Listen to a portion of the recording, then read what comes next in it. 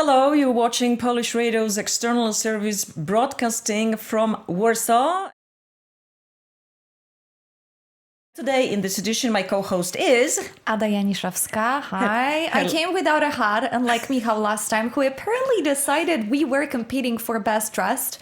So I will do better next time. Crosses my heart, definitely. Yes, I think there'll be a little competition about who's going to be most prepared to record in terms of the whole attire. Definitely. Anyway, so the second edition of the weekly show Warsaw Wrap, coming from the video studios of Polish Radio External Service, English section in Warsaw. Another exciting week. I think although it's summertime, I think there is plenty of stories more or less serious that we have to cover, which I guess is good. Yes, there's no shortage of things happening, definitely, although we call this summer season a silly season. And yet a lot of things has been happening and has happened. For instance, we have to mention probably the 21st package of sanctions against Russia that the EU member states reached an agreement on those on Thursday. Yes, so that happened very recently in the second part of this week. And this has been a developing story. If you go to our website, thenews.pl, and type in Russia sanctions, a couple of our previous reports will definitely pop up. But that last Thursday, finally, the EU, despite Greece's opposition, reached an agreement on those sanctions. Now, why is it important, you may ask? Because this is the question I actually asked the analyst that I have spoken to, thinking 21st package of sanctions, how many more packages can there be? Can this go on and on forever? We know that this is unfortunately the fifth year of the full-scale Russia's invasion of Ukraine. And what I found out, one of the people I've spoken to was an economist from the Russian department of the Warsaw University, Iwona Wiśniewska. I recommend you check in our business show Balance at thenews.pl. You'll find it all there. And she said at this point, it's more about circumventing. So trying to prevent circumvention of companies that want to do business with Russia. I think it goes without saying that even in case like the war, there are always people who win and there are always people who lose, and there will always be people who will see it as business opportunity. Yes, and I also think it's because if Russia does not have resources, it will not be able to fight. So I guess it is all about this prevention and preventing Russia from gaining more money and developing and maybe expanding its economy. So it's just to stop and maybe put an end to this ongoing war, because we have to say that this is the 21st sanctions since February 2022. So a lot of things have happened in that period of time, for sure. And we have to, I think, also mention what this package includes, because there are so many different things. For instance, cryptocurrencies, new measures against this issue. Russia's financial sector will be, of course, impacted by these sanctions. What else? Shadow fleet. Energy, yes, you mentioned as well. Yes. So there are a lot of things, and of course we have to mention that the sweeping visa ban that was had been proposed, yes, was actually now has been kicked down by EU member states. So that's also quite interesting, I guess. Yeah, so there's a whole range of things that, like you said, will try to prevent Russia from doing business with the broadly understood West and the other way around, because we know that certain Western companies have been circumventing the sanctions and doing business with Russia somehow. One of the aspects of this I want to point your attention to, which you can also find in a broadcast show Balance on Thursdays. You can check it at thenews.pl among other places, is the fact that I asked one of the analysts, so how does Russia do business, and how does it actually go on in those financial realities, so to speak? Apparently, they have their own cryptocurrency, they have their own stable coin, and this is a very popular measure of doing business within Russia now. But obviously, I think it goes to show that 5 years of the war, I think almost 50% of the country's GDP is spent on all the expenses connected with the war. So Russia is looking for money. In fact, its GDP forecast for this year is only 0.4%. So I think I would expect Putin at some point is going to admit that, yes, the economy is, he's not going to say it's weaker. He's probably going to say it's slowing down. For sure, we have to admit that their economy has been hit profusely by all those sanctions and by this war, especially, I think. So there has to be a point of stop somewhere in the future, but we don't know when will that happen. So. Yes, and I think we stopped asking analysts that question because I think nobody has a crystal ball and nobody's going to even try to predict when is this going to end. Moving on, just a reminder, you're listening to the Warsaw Wrap on Polish Radio's external service, coming to you from the studios of Polish Radio in Warsaw. Another international topic, Saudi Arabia. Yes, that we covered this week. Yes, and actually a quite interesting aspect of Saudi Arabia and this bilateral cooperation that it has with our country, with Poland, because we will talk about tourism, because apparently Zakopane has become a major summer hotspot for not only Saudi but Gulf tourists. And I had recently spoken to Saudi Arabia ambassador to Poland, and she told me that this interest is mostly driven by cooler weather, which is, well, an obvious reason. Of course, viral social media promotion as well. Yes. And the fact that they are in awe of our mountains. Yes, so and the folklore. I remember when the Polish media first broke the story of billboards, advertising Zakopane in Arabic languages. That was construed as a little bizarre, but I think it's a constant presence now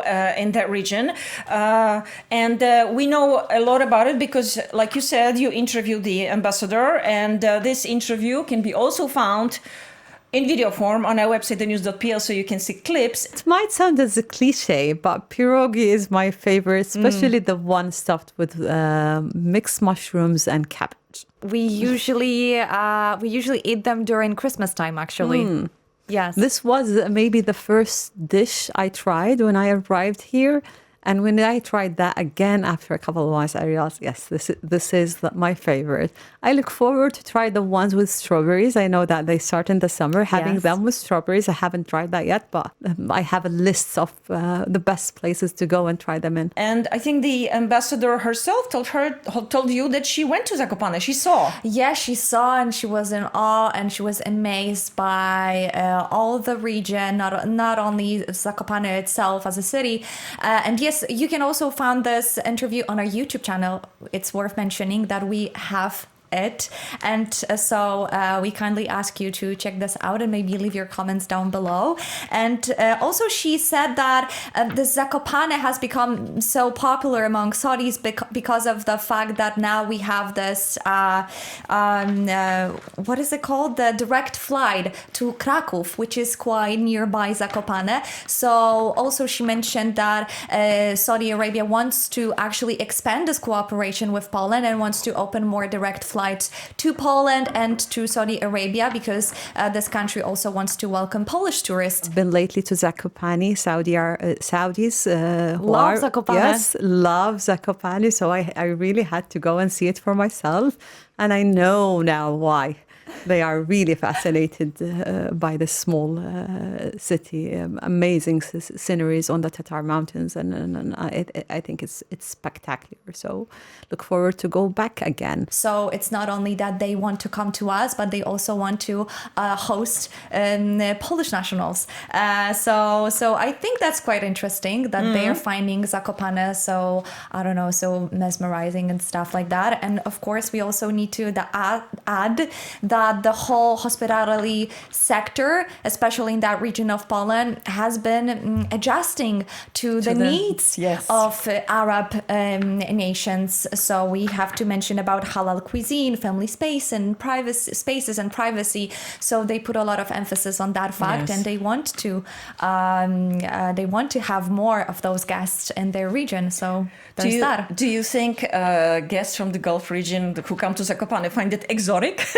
Probably. This is the most exotic they can have here. Probably. And I'm thinking, with the climate changes, there were days earlier this month that the temperatures were probably at the beginning, when we had the heat wave at the beginning of July, they were probably close to the temperatures they experience on a regular basis. I don't think they were close, but yeah. Of course, if you have any comments, questions, or you would like us to tackle any particular topic, you can always send us an email at english.section@polskieradio.pl. And of course, we've been mentioning throughout the conversation, the news.pl is where you find all the info how to contact us. The first inaugural edition of our Warsaw Wrap magazine ended on a, shall I say, cuddly note. And from the initial feedback that we received, I know that our listeners like the cuddly note, and I think we should make it a tradition. So we found a little topic. A story. A little cuddly topic to wrap up this edition of our Warsaw Wrap as well.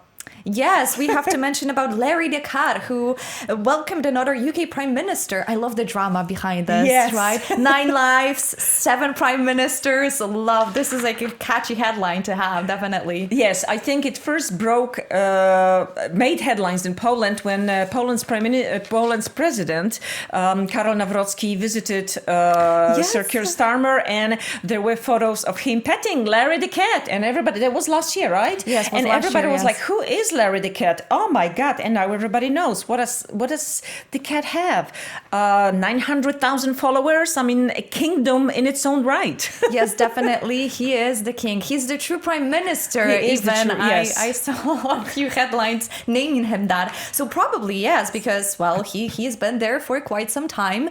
And I also found quite funny information that this is the 4th prime minister in 5 years, and it's Larry's 7th. Yes. So well, yes. So I think he's good. He's there to stay. It seems like he's been around forever.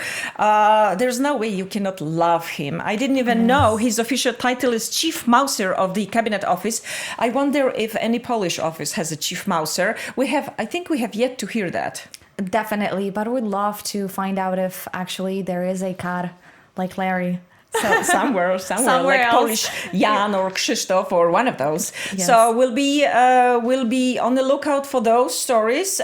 We'll be keeping you informed if we find out that any of the high-ranking Polish politicians has a pet that has its own following. Andrzej Halicki, actually. Civic Platform? Yes, and politician? Politician. You're a politician, of course. He has his own TikTok account, and he shares his knowledge about a dog breed. It's called, I don't know what it's called, but like huge, like dogs looking like horses. Okay. And he has several of them, maybe 10. Really? Yes. So he's a huge dog lover, and I am a fan of his. So I keep watching his TikTok channel, and I recommend you check this out as well.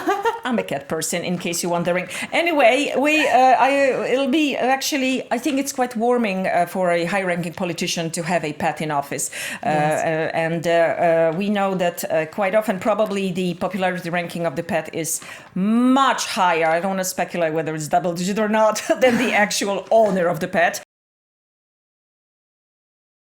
That's it, folks. We're wrapping up this edition of our Warsaw Wrap. So a weekly podcast where you hear all the stories or some of the selected stories we covered this week and analysis of those. Like we said, you can find those stories on thenews.pl. You can get this podcast on YouTube, Spotify, or wherever else you get your podcast. Before we go, I just want to say, if you happen to be visiting Poland these days, be on the lookout because Hollywood actor Jesse Eisenberg is touring the country. He came here straight from Karlovy Vary. He has Polish citizenship. I'm sure many of you have watched his Real Pain movie. So if you see him, say hi.